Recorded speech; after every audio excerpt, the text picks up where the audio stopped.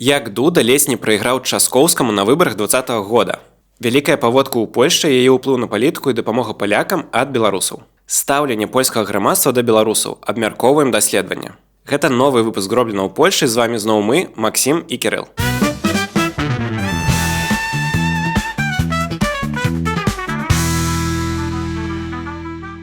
Падпісчыкі шмат прасілі расказаць пра 2020 год, пра выбары, на якіх Дуда перамог Часкоўскага там на пару адсоткаў. Распавядай. Так, прэзідэнцкія выбары 2020 года, напэўна, увойдуць у гісторыю Польшчы, таму што, па-першае, былі два тэрміны прэзідэнцкіх выбараў. Першы тэрмін гэта 10 траўня, калі яны павінны былі адбыцца, але не адбыліся, і адбыліся толькі 28 чэрвеня.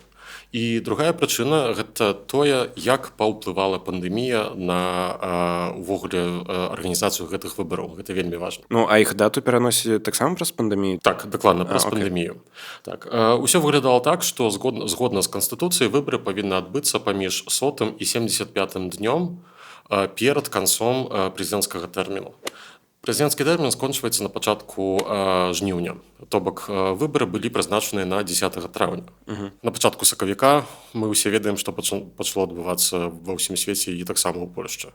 Наколькі я добра памятаю, 4 сакавіка былі знойдзены першыя выпадкі захворванняў на COVID-19 у Польшчы, і з гэтага моманту пачаўся сапраўдны хаос. Я просто не быў у Польшчы ў гэты час. Тут таксама краіну закрылі, тыпу нельга выходзіць з дому, маскі і гэтак далей. Так, то бок на самом пачатку ўсё выглядала вельмі сур'ёзна. Ну, мы ўсе памятаем рэакцыю людзей. Па-першае, амаль што ніхто з людзей, якія ў той момант жылі на планеце Зямля, не сутыкаліся з пандэміяй у сваім жыцці. То бок ніхто не ведаў, як рэагаваць.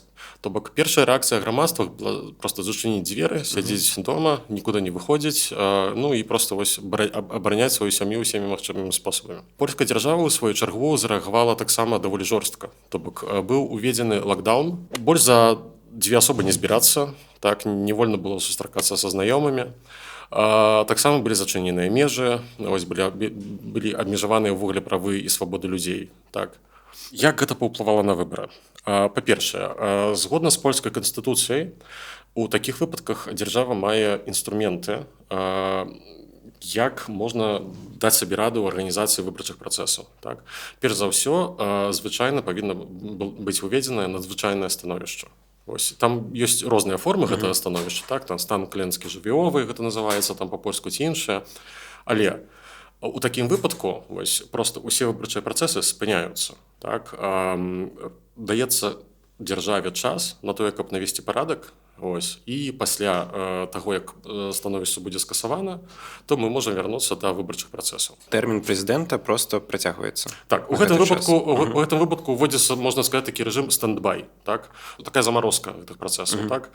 І па намостве прэзідэнта ў такім выпадку проста працягваліся бы да моманту, калі вось гэтае становішча будзе скасавана. Увогуле, усе казалі, гэта казалі юрысты, гэта казалі канстытуцыяналісты, што проста дзяржава павінна ўвесці гэтае становішча, каб вось проста пазбегнуць увогуле розных праблемаў, так?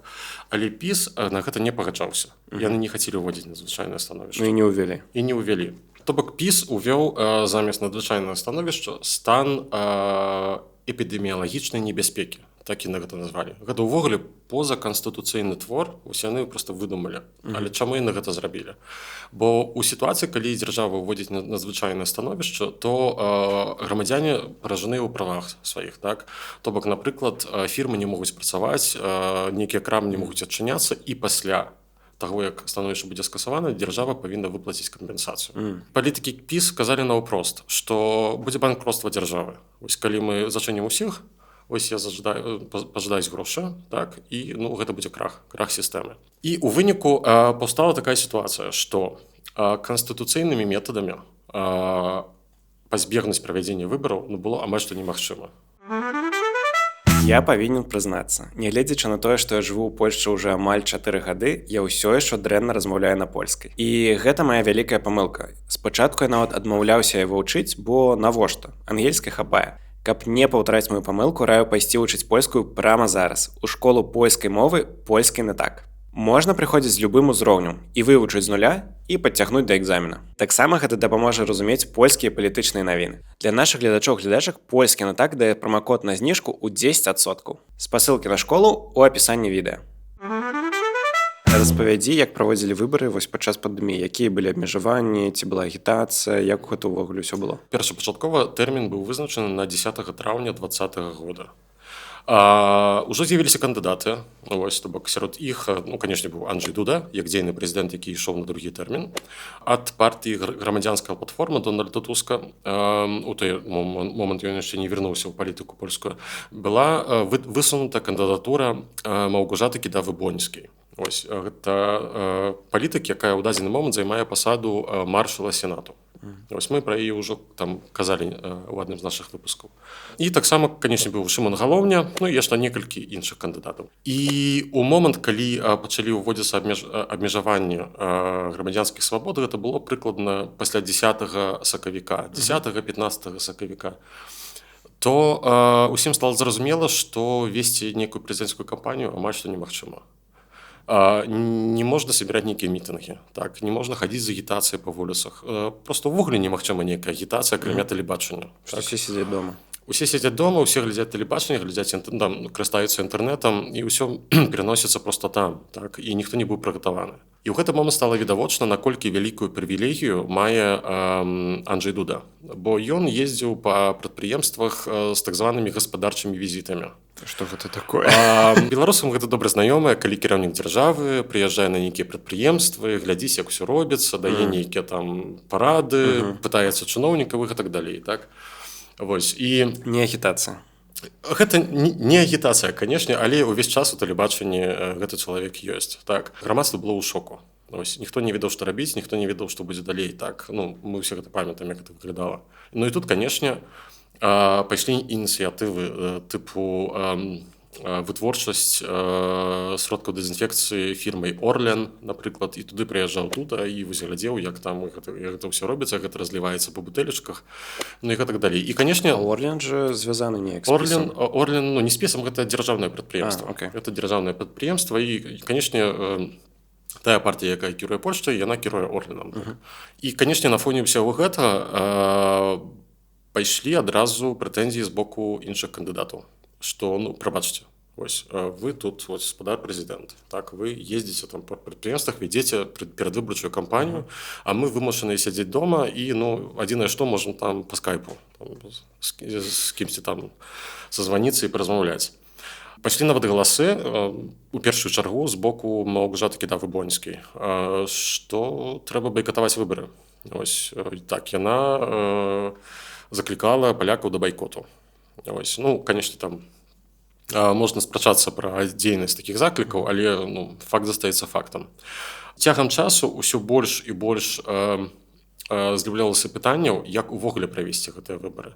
Бо, вядома, пандэмія, так, няма яшчэ лекаў, няма прышчэпак, ніхто не ведае, што будзе далей, а нам трэба неяк арганізаваць людзей, каб яны масава прыйшлі галасаваць. 20 мільёнаў чалавек. Калі збірацца больш за 2 чалавек, увогуле нельга. Так, збірацца нельга. Нават у касцёлах, наколькі я памятаю, было максімальны ліміт 5 чалавек на ўвесь касцёл. І людзі павінны былі там знаходзіцца ў нейкай адлегласці адзін ад аднаго. Так. Окей, і якое знайшлі выйсце? ПіС прыдумаў геніяльную ідэю. А давайце выбары будзе праводзіць не ПКВ, дзяржаўная выбарчая камісія, а у нас тут ёсць адзін такі вельмі файны міністр, Яцек Сашін. Ён быў міністрам дзяржаўных актываў.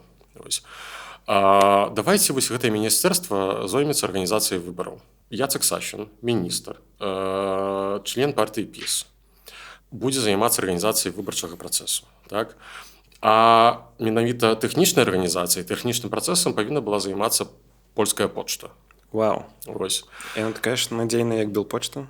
Так, ёсць пытаннішкі да надзейнасці. Ну, карацей, яны прапіхнулі праз Сейм закон, па якім выбары 2020 года павінны былі адбыцца толькі карэспандэнцыйна. То бок, это былі так званыя выборы копертовыя. От польскага слова коперта, конверт. То бок, выбары ў канвертах. То бок, усе 20 мільёнаў. Усе 20 мільёнаў. Яны прыдумалі, што проста будуць разосланыя такія выбарчыя пакеты, дзе кожны грамадзянін, які мае права голасу, атрымае вось такі пакет, дзе будзе карта да галасавання, можна будзе прагаласаваць і атаслаць назад. І почта разам з гэтым міністэрствам ўсё падлічыць. Ну, і кляліся, што ўсё будзе чэсна. Ой. Ну, пытанняў было шмат, і пытанняў было шмат не толькі сярод польскага грамадства. Вось, ёсць такая арганізацыя ОБСЕ. Так. Вось нават гэтая арганізацыя выступіла з заявай, што яны ні ў якім разе не прызнаюць гэтыя выбары дэмакратычнымі. Бо просто немагчыма, так няма ніякага кантролю. Варта ўзгадаць такую асобу, быў такі палітык Ярослав Говін. Вось гэта адзін з кааліцыянтаў права і справядлівасці, бо мы памятаем, што права і справядлівасць гэта не толькі ПіС, гэта вот ПіС і меншыя партнёры, скажем так, палітычныя, так. І была такая партыя, называлася паразуменне, то бок згода. Гэта такое ліберальнае крыло польскіх правах. То бок такая правацэнтрыста, ось такія.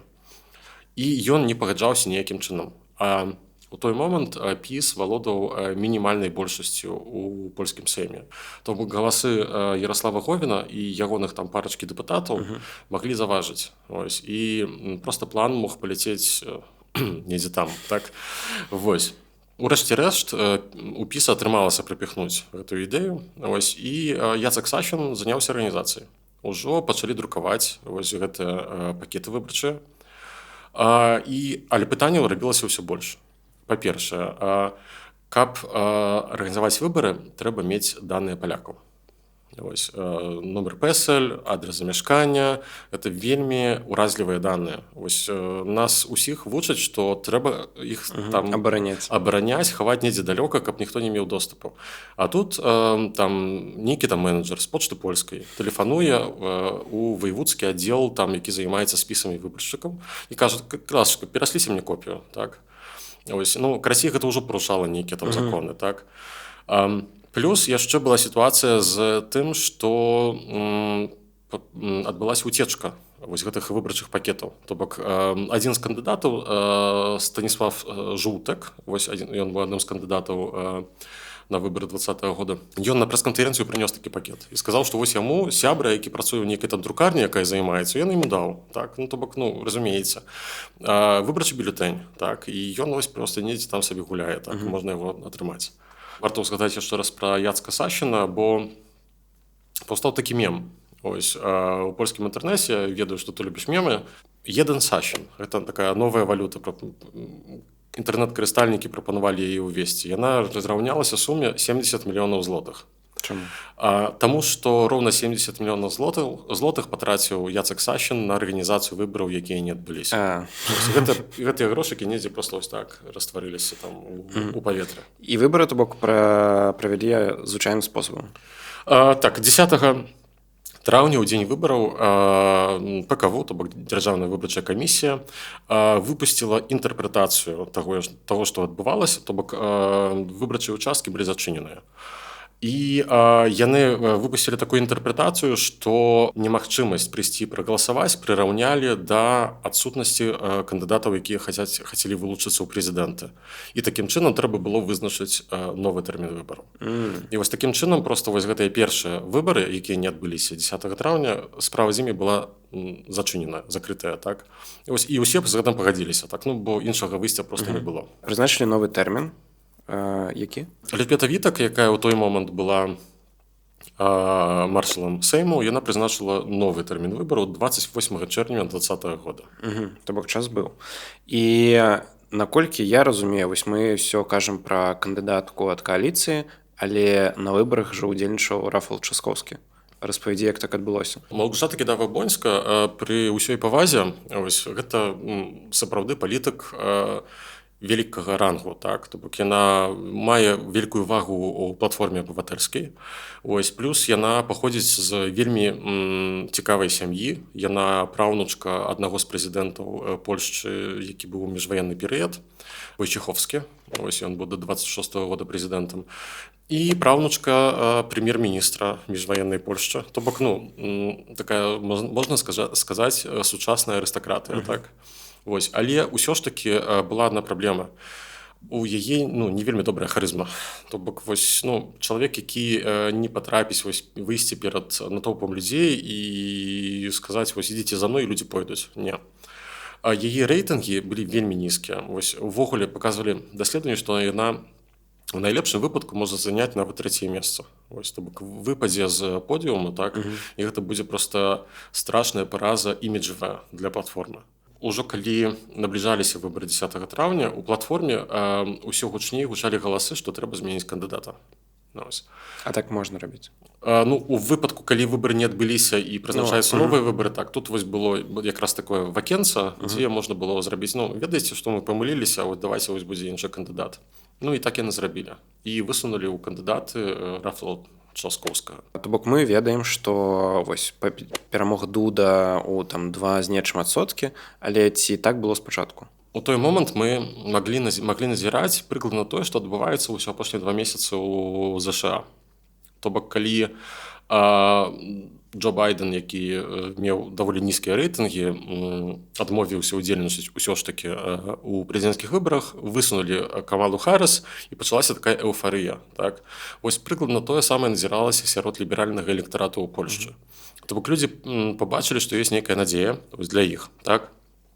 І у Часкоўскага атрымалася вось неяк так гэтых людзей скансалідаваць. Але варта памятаць, што мы ўжо казалі некалі пра тое, што ў Шымана Галоўні ёсць вялікая крыўда да грамадзянскай платформы з нагоды выбараў 2020 года. Шыман Галоўнік гэта... Шыман Галоўні ў дадзены момант гэта спікер з польскага сейму і лідар партыі Польска 2050.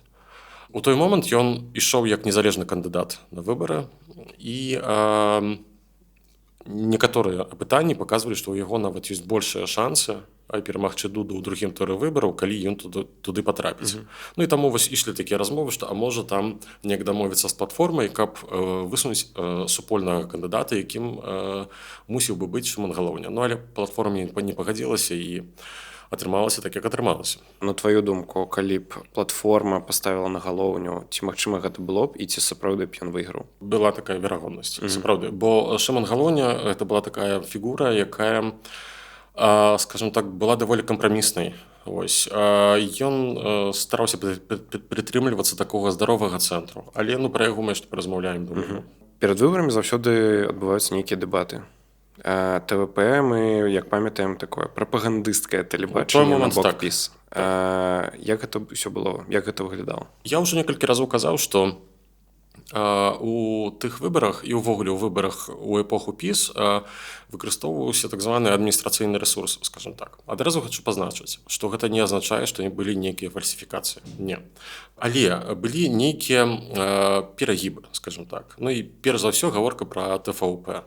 Нават можна проста ўзгадаць, як на прэс-канферэнцыі, калі грамадзянская платформа абвесціла, што іх кандыдатам будзе Рафал Часкоўскі. Падчас трансляцыі мы распавядалі пра паскі в ТВП. Так, і вось было ТВП-інфа і чырвоныя такія плашкі, дзе пісалі даслоўна, нават хочу працытаваць. Быў хаос в Варшаве, а цяпер будзе хаос ва ўсёй Польшчы, знак запытання.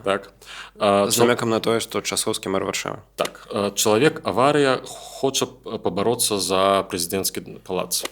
Напрыклад, так? То бок, разумееце, гэта такая ўжо прымітыўная прапаганда. Слухай, ты кажаш пра прымітыўную прапаганду, але Дуда перамог.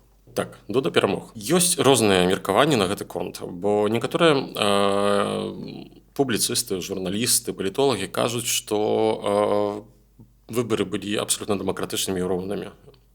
Ёсць такое меркаванне. Але ёсць і іншае меркаванне, што, окей, выбары не былі сфальсіфікаваныя, не, канешне, але яны не былі поўнасцю роўнымі, бо доступ да дзяржаўных медыяў быў зусім іншы. Так, вось банальны прыклад з гэтымі паскамі у ТВП, ці, напрыклад, прыклад з дэбатамі. Я лічу заўсёды, што дэбаты гэта адна з галоўных рэчаў, якая павінна адбывацца перад выбарамі. Бо тады мы можам пабачыць кандыдата такім, якім ён ёсць. Ёсць магчымасць пабачыць яго па-за зонай камфорту, так, скажем так. І на прыкладзе Амерыкі мы бачым, як гэта важна. Дакладна, як Джо Байден выйшаў на дэбаты з Дональдам Трампам, і ягоная кар'ера скончылася проста. І гэта, дарэчы, не першы выпадак, калі дэбаты паўплывалі так моцна на выбары. Перад другім турам выбараў... Давай нагадаем, што ў другі тур прайшлі Дуда і Часкоўскі. Так, дакладна, у другі тур прайшлі два кандыдата ад платформы і і права і справядлівасці, а Шымон Галоўня трыумфальна заняў 3е месца, сабраўшы там 14 з чымсьці там адсоткаў галасоў. І перад другім турам была, канешне ж, прапанова правесці паўнавартасныя дэбаты. І былі две прапановы. Тут вось як польскае грамадства палярызавана і падзелены на две часткі, таксама і медыа падзяліліся на две часткі. З аднаго боку быў канцэрн ТВП, які прапанаваў правесці дэбаты, вось, каб толькі яны праводзілі. З іншага боку, незалежныя СМІ, то бок недзяржаўныя СМІ, то бок ТВН, Польсат і некалькі іншых рэдакцый прапанавалі правесці дэбаты ў эфіры ТВН, і каб гэта яшчэ транслявалася ў іншых там тэлеканалах. Чаўскоўскі адмовіўся ўдзельнічаць у дэбаце в ТВП, Дуда адмовіўся ўдзельнічаць у дэбаце ў ТВН. Яны спрабавалі некалькі разоў там дамовіцца, нічога не атрымоўвалася. У выніку прайшлі двое дэбатаў, і ў кожных з гэтых дэбатаў удзельнічаў адзін кандыдат. Гэта ж не дэбаты. Гэта выглядала вельмі смешна і насамрэч і смешна і смутна адначасова, бо з аднаго боку просто хлопцы, што вы, як дзіцячы садок, сур'ёзна. Так, гэта па-першае. А з другога боку просто смутна ад таго, што вось так пачынаецца эрозія дзяржаўных інстытутаў. І гэта вельмі дрэнна насамрэч. У будучыні гэта можа даць нейкія там кепскія наступствы, так. І ў выніку Дуда прыехаў у такі прыўкрасны гарадочак у кілецкім воеводстве, Świętokrzyskie, гэта воеводство называецца, Коньске. Вось ёсць такі павітовы горад, невялікі, там на пару десяткаў тысяч жыхароў. Увогуле ёсць такая крылатая фраза, што выборы выгрываще в Коньскіх. Вось яе сказаў некалі палітык ПО Гжегош Схетына. Вось. А чаму? Чаму? Таму што Коньскі гэта вось такі просто эталонны вобраз горада польскі павятовай, то бок невялікіх гарадочкаў, так? І што вось менавіта там, вось калі выйграваеш у гэтых невялікіх гарадах, то ты выйграваеш ва ўсёй Польшчы, так? Ось. А Часкоўскі прыйшоў у студыю ТВН і адказваў на пытанні журналістаў. Так, то бок паўнавартаснай дэбаты, на жаль, не было. Мы ведаем ужо вынікі выбараў, перамог Дуда. Перамог Анджэй Дуда з невялікім перавесам, так насамрэч, бо 2% з невялікім там гакам. І гэтыя выбары яшчэ ўзнеслі на вышыню Алімпу Шымона Галоўня, які вось дагэтуль прымае актыўны удзел у палітыцы. Калі вам цікавы наш падкаст, падтрымайце нас, калі ласка, ці на Buy.me.coffee донатамі, разовымі ці падпіскай, ці лайкамі, каментарамі і расшарамі наўпрост на Ютубе. І мы працягваем. Зараз пагаворым пра паводку. Польшчу, як і яшчэ некалькі краінаў Еўропы, вельмі заліло вадой. Давай пра гэта пагаворым, як гэта паўплывала на палітыку і распавядзем пра ролю беларусаў, якіх шмат жыве ў Польшчы, якія шмат дапамагалі людзям, якія пацярпелі ад паводку. Сябры, усе мы з вамі бачылі, што адбывалася на поўдні Польшчы ў сярэдзіне верасня гэтага года. Дальняшлёнскі рэгіён наведала так званая вялікая вада, я думаю. Шмат хто з вас глядзеў серыял Netflix з такой самай назвай, які распавядаў пра падзеі 97-го года, калі ў Польшчы і суседніх краінах загінула некалькі дзесяткаў чалавек. Гэтая падзея, магчыма, можа паўплываць на палітычную сітуацыю ў Польшчы. Слухай, распавядзі пра палітыку, таму што я вось не вельмі зразумеў, амаль адразу, калі пачалася катастрофа, ПіС пачаў ліць нейкае лайно, выбачаюся, на кааліцыю, кааліцыя на ПіС, і гэта падавалася, што яны займаюцца ўжо не праблемамі людзей, а проста тым, што сварацца паміж сабой. Крыху так яна насамрэч выглядала, і гэта, канешне ж, права апазіцыі, права і справядлівасці крытыкаваць дзейную ўладу. Гэта нават не права, гэта, я лічу, абавязак. Апазіцыя заўсёды павінна глядзець на рукі дзейнай уладзе. Падчас гэтых здарэнняў адбылося некалькі сітуацый, якія могуць патэнцыйна паўплываць на ход, напрыклад, выбарчай кампаніі прэзідэнцкай. 13-го, здаецца мне, верасня, у пятніцу, за 2 дні да нядзелі, якая была найгоршай увогуле, нядзеля 15 верасня, гэта быў найгоршы дзень. Дональд Туск, які прыехаў у крызісны штаб ва Вроцлаве, калі не памыляюся, выступіў з прэс-канферэнцыяй, на якой сказаў, што прагнозы сіноптыкаў не асабліва алармуёнцыя, так? То бок, не трэба нічога баяцца. Ось, ну, гэта, скажем так, не зусім была ягоная віна, бо такія прагнозы ён фактычна атрымаў ад працаўнікоў інстытуту метэаралогіі. Так. Але ўсё ж такі журналісты, конечно, звярнулі на гэту ўвагу. Вось гэтая выразаная фраза, яна проста паляцела в інтэрнэце. Вось інтэрнэт-карыстальнікі, журналісты больш прыхіленыя, напрыклад, правай справядлівасці, увогуле апазіцыйныя палітыкі з розных партый пачалі моцна атакаваць Дональда Туска, вось што ён сказаў такія словы. Слухай, ну ёсць яшчэ моцная аналогія. Я не ведаю, як было на самой справе, ці гэта ў серыяле так паказалі, але вось у Вялікай Водзе таксама нешта было, што кіраўніцтва Польшчы нават на нейкім мітынгу тыпу выступала і казалі, што ўсё добра, паводкі не будзе. Такія рэчы таксама былі, але з той паводкі усім палякам запомнілася фраза, якую сказаў тагачасны прэм'ер Польшчы Владзімір Чымошевіч. Ён, калі распавядаў у тэлебачанні пра тое, як дзяржава будзе дапамагаць людзям пацярпелым ад катастрофы, сказаў, што трэба было купляць страхоўку. Да ладно. Вось, так, там амаль што даслоўна ён сказаў, што трэба было купляць страхоўку, бо ўвогуле так робіцца. Вось, але мы, канешне, дапаможам. Але, канешне ж, людзі запамяталі толькі першую частку сказа, так, што трэба было купляць страхоўку. Я бачыў меркаванні розных журналістаў вось у верасні, там 2 прыкладна тыдні таму, што вось гэта такі будзе гейм-ченджер, так, што вось зараз палякі проста расчаруюцца ў нынешняй уладзе, вось, і скажуць, што яна не хоча нам дапамагаць, і ўвогуле, глядзіце, яна нават не змаглі прачытаць. Так. Нават нягледзячы на тое, што сказаў Чымошевіч, ось, і то, як гэта разляцелася, і як гэта балюча ударыла ў людзей, то гэта не мела нейкага вялікага ўплыву. То бок, канешне, так, гэта можа быць вось адной з тых цаглінак, ось, якія будуць збірацца, і недзе там у нейкі момант накопіцца нейкая крытычная маса. Так. Але, на мой погляд, не, гэта не будзе мець вялікага ўплыву. Таксама была яшчэ адна памылка палітыкаў кааліцыі. Ёсць такая міністр Хеннік Клоска. Ось, яна з лагеру Шымана Галоўні, то бок з партыі Польшча 2050. Яна таксама вось у тыя моманты, калі хацела паказаць, як дзяржава будзе дапамагаць пацярпелым, яна сказала, што вы можете ўзяць нізкапрацэнтаваныя крэдыты ад дзяржавы. Ой, так, гэта таксама вельмі моцна выкарыстала апазіцыя. Увогуле, людзі былі абураныя. Да, мне падаецца, гэта не тое, што хочаш пачуць, калі ў цябе, не знаю, потоп, дом смыла, працы няма. Мы бачылі, што там адбылося, там вось літаральна некаторыя людзі страцілі ўсё, а ім кажуць, возьміце крэдыт, там 2% зніжкай. Апазіцыя, канешне, гэта ўсё выкарыстала. І, скажем так, як я ўжо казаў, гэта яе права, гэта яе абавязак. Але як яны гэта выкарысталі?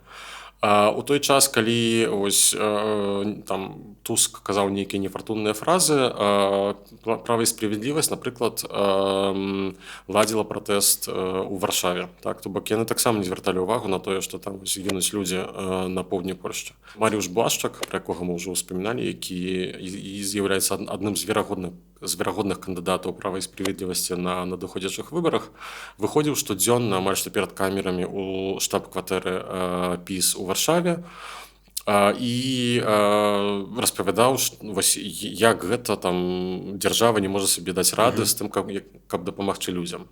Мы можам, канешне, хацець, каб дзяржава была заўсёды гатовая вось у 100% так, дапамагчы так, як гэта павінна быць. Ось. Але, на жаль, так яно не дзейнічае. Гэта ўсё ідэалізм. Дзіўна гучыць, што ПіС замест таго, каб дапамагаць людзям і неяк на гэтым зарабляць балы, проста атакуе кааліцыю. Яны, канешне, штосьці там таксама паспрабавалі дапамагчы, бо так Марыуш Блашчак абвясціў, што партыя выдзеліць 250 000 злотых вось са сваёй скарбонкі партыйнай, так, на дапамогу людзям. Таксама некаторыя палітыкі арганізоўвалі, там, напрыклад, там перадавалі там па 6 бутэлек вады, там ці там яшчэ нешта такое. Гэта выглядала так нават часам крыху недарэчна, але ўсё ж такі, нейкая дапамога, канешне, была. Вось, як і ўся краіна таксама дапамагала. І пра дапамогу давай узгадаем, што беларусы, якія жывуць у Польшчы, таксама дапамагалі людзям, якія пацярпелі ад паводкаў. І вось я проста падзякуваў усім людзям, якія жывуць у Польшчы, беларусам, якія гэта рабілі. Гэта, мне падаецца, вельмі класна. Так, сябры, я назіраў за тым, што адбываецца ў соцсетках, там у Твітары і іншых соцсетках, і на рэакцыю беларусаў на тыя падзеі, якія разгортваліся на поўдні Польшчы. І асабіста я хацеў бы падзякаваць вам усім за тое, як вы пашыралі інфармацыю пра магчымасць дапамогі, данацілі ў фонды дапамогі пацярпелым ад паводкі і ўвогуле проста падтрымвалі палякам усімі магчымымі спосабамі. У салідарнасці наша сіла. Дзякую вам. Апошняя тэма на сёння – стаўленне палякаў да беларусаў. Тут днямі выбухнула даследаванне. Быццам бы палякі не давяраюць беларусам. Трэцяе месца па недаверу. Распавядзі, ці трэба хвалявацца? Па-першае, хацеў бы пазначыць, што гэта штогоднае даследаванне, і гэтая тэма для мяне не новая. Гэтую анамалію я заўважыў яшчэ 10 гадоў таму ці нават больш. Яна, дарэчы, даволі часта абмяркоўвалася у нейкіх беларускіх суполках і таксама падымалася як пытанне да сацыёлагаў, адкуль такія вынікі. Пры гэтым, што мы ўсе часцей можам пачуць ад беларусаў, што ў бытавым жыцці, у штодзённым, сітуацыя зусім іншая. Вось так. Магчыма, праз гэта мне так яно неяк і ўзрушыла, таму што я таксама не першы год, напэўна, другі назіраю, там мінулы год таксама былі нейкія дрэнныя лічбы, і ты жывеш, і ты кажаш, што беларусы, там добрыя працаўнікі, увогуле там беларусы, палякі, вы такія клёвыя, там асімілюецеся хутка і ўсё такое. Быццам бы ёсць нейкая бурбалка, у якой мы жывем, і вось вакол нас быццам бы нейкія добрыя палякі, а ўсе астатнія, якія нам не давяраюць, жывуць дзесьці далёка. Насамрэч, прыкладна так яно і выглядае, бо я таксама, па шчырасці, я жыву ў Польшчы больш за 18 гадоў, так, і я амаль што ніколі не стукнуўся з нейкай варожасцю з боку палякаў. Зусім наадварот. Я заўсёды чуў цёплыя словы, так, што вось на беларусах гэта вау, файна, крута, так, любім беларусаў. Але лічбы ў даследаванні кажуць самі за сябе. Я гляджу па выніках, мы занялі фактычна трэцяе месца з вынікам 42,2% недаверу. То бок, гэта вельмі шмат. Амаль кожны другі паляк. Амаль што кожны другі паляк. Канечне, нам далёка да расейцаў, якія там амаль што 60%, але ўсё ж такі вынік не вельмі добры. Калі мы паразважаем, адкуль могуць быць такія вынікі, то можна прыйсці да розных высноваў. Па-першае, ёсць такое меркаванне, і я яго чуў і ад іншых проста інтэрнэт-карыстальнікаў, і таксама чуў ад сацыёлагаў, што беларусы у свядомасці некаторых палякаў, не ўсіх, але некаторых палякаў, якія не маюць у рэальным жыцці стычнасці з беларусамі. Што беларусы утасамляюцца, так, з Беларусю як дзяржавай. І стаўленне палякаў да Беларусі як дзяржавы пераносіцца на беларусаў як людзей, калі іх проста падыходзяць і пытаюць, як вы ставіцеся да беларусаў. Па-другое, калі мы паглядзім на розклад на мапе, як гэта выглядае, то мы пабачым, што у большасці рэгіёнаў каля 1/3 недаверу да беларусаў, так, але ёсць парачка такіх месц. Гэта, па-першае, дзе нас не любяць больш за ўсё. Дзе нас не любяць больш за ўсё, гэта вармінска-мазурскае ваеводства. Гэта ваеводства, якое мае мяжу з Калінінградскай вобласцю Расіі. І пара рэгіёнаў, гэта Малапольскае ваеводства і Падкарпацкае, то бок на поўдні, так, дзе Кракаў і Жэшув. То можна зрабіць пэўныя высновы. Па-першае, вармінска-мазурскае ваеводства – гэта найбіднейшы рэгіён Польшчы. Там не так шмат мігрантаў, напрыклад. Гэтыя людзі не сутыкаюцца з беларусамі, плюс яны жывуць уздоўж мяжы. І не ведаюць, якія мы замечательныя. Яны не ведаюць, якія мы зайчыкі-коцікі. Трэба ім распавесці. Плюс варта памятаць, што меркаванне людзей можа залежаць ад таго месца, дзе яны жывуць. Ці гэта будзе малы горад і вёска, ці гэта будзе буйны горад. У буйных гарадах людзі часта сутыкаюцца з іншаземцамі ўвогуле, так, не толькі з беларусамі. Таму талеранцыя ў стасунку да іншаземцаў значна большая. Распавядзіце ў каментарах, калі ласка, свае гісторыі. Як да вас ставяцца палякі? І вось мы зробім нейкі такі срэз. Зразумела, што гэта не сацыялагічнае даследаванне, але нейкая рэпрэзентацыя будзе. І ў адным з наступных выпускаў мы проста зачытаем некаторыя каментары. Сябры, дзякую вам, што вы праглядзелі чарговы выпуск падкасту «Зроблена ў Польшчы». Калі ласка, стаўце лайкі, актыўна падпісвайцеся на нас і рэкамендуйце нас сваім сябрам і знаёмым. А калі вы хочаце падтрымаць нас іншым спосабам, то, калі ласка, скарыстайцеся парталам Buy Me Coffee і падтрымайце нас фінансава.